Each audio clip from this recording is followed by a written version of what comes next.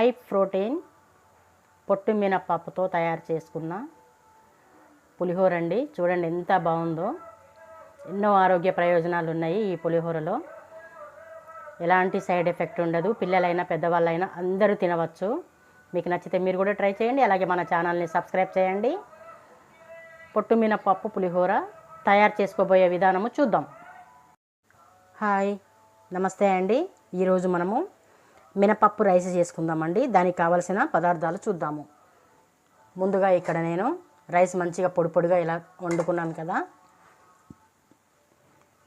అలాగే కొబ్బరి ముక్కలు 1/2 కప్పు, ధనియాలు 2 టేబుల్ స్పూన్లు, పొట్టు మినపప్పు 1/2 కప్పు, శనగపప్పు కొంచెం, పల్లీలు కొంచెం, 1 టేబుల్ స్పూన్ జీలకర్ర, 1/2 టేబుల్ స్పూన్ ఆవాలు, ఎండుమిర్చి ఒక 15, పచ్చిమిర్చి ఒక 10 రెండుగా కట్ చేసుకున్నవి, కరివేపాకు కొంచెము, పులుపు కొరకు కొంచెం ఇక్కడ నేను పచ్చిమిరపకాయ తురుము తీసుకున్నానండి. ముందుగా స్టవ్ ఆన్ చేసి ఒక పాన్ పెట్టుకున్నాం కదా. ఇందులో 2 టేబుల్ స్పూన్లు నెయ్యి వేసుకున్నాను. ఇప్పుడు ఈ మినపప్పు మంచిగా రోస్ట్ చేద్దాము. లైట్ బ్రౌన్ కలర్లో మంచిగా రోస్ట్ చేసుకుందాము. ఈ పౌడర్ వల్ల ఈ మినపప్పు రైస్కి చాలా టేస్ట్ వస్తుంది.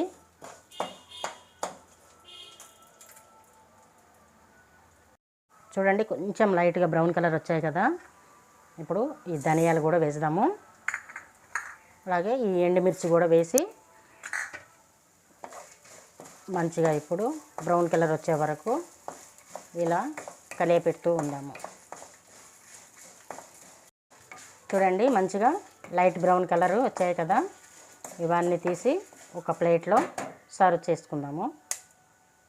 ఇలా ప్లేట్లో తీసేసుకున్నాం కదా.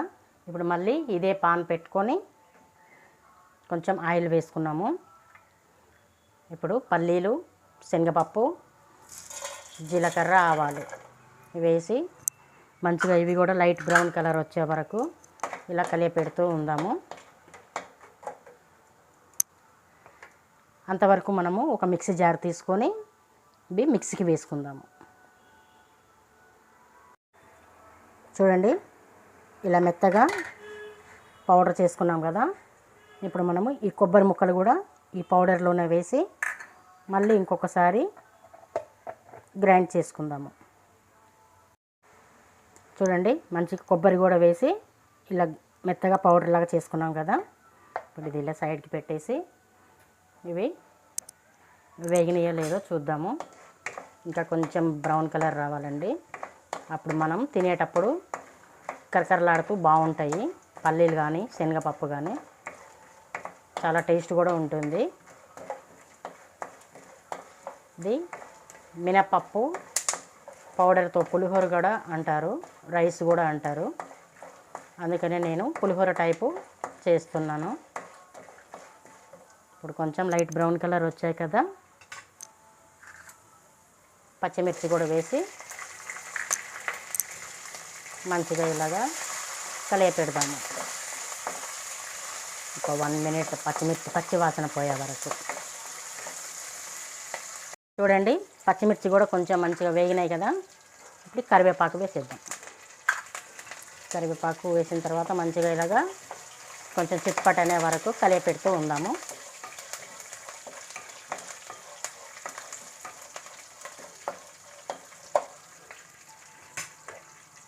అయిపోయింది కదా. ఇప్పుడు మనము మిక్సీకి వేసుకున్నాం కదా. ఈ పౌడర్ కూడా వేసి కొంచెం ఇలాగా కలియపెట్టినట్టుగా చేద్దాము. చూడండి ఇలా మంచిగా కలియపెట్టాం కదా. ఇప్పుడు సాల్ట్, ఈ పసుపు కూడా వేసేద్దాము. వేసి మళ్ళీ మంచిగా ఇలాగా కలియపెట్టేద్దాము.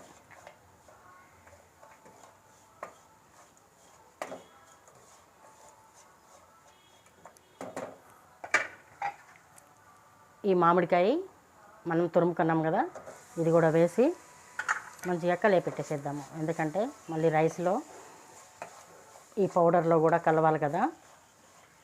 ఇలా కలియపెట్టేసుకుంటే రైస్లో ఈజీగా మంచిగా కలిసిపోతుంది.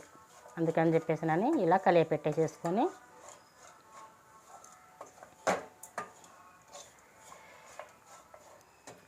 ఇప్పుడు ఈ రైస్ తీసుకొని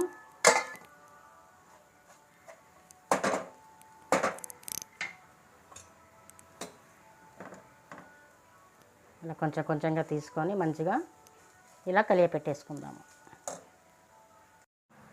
చూడండి మొత్తం కలియపెట్టాం కదా. పొట్టు మినపప్పుతో చేసుకున్న పులిహోర రెడీ అయిపోయిందండి. చాలా టేస్ట్ ఉంటుంది. పిల్లలు పులిహోర అంటే చాలా ఇష్టంగా తింటారు కదా. కానీ ఇది కూడా ఒక్కసారి ట్రై చేసి పిల్లలకి కూడా పెట్టండి. చాలా సూపర్ టేస్ట్ ఉందండి. ఇది బ్యాచిలర్స్కి కూడా చాలా ఈజీగా చేసుకోవచ్చు. మీకు నచ్చితే మీరు కూడా ట్రై చేయండి. అలాగే మన ఛానల్ సబ్స్క్రైబ్ చేయండి, లైక్ చేయండి, కామెంట్ బాక్స్లో కామెంట్స్ పెట్టండి. Thank you.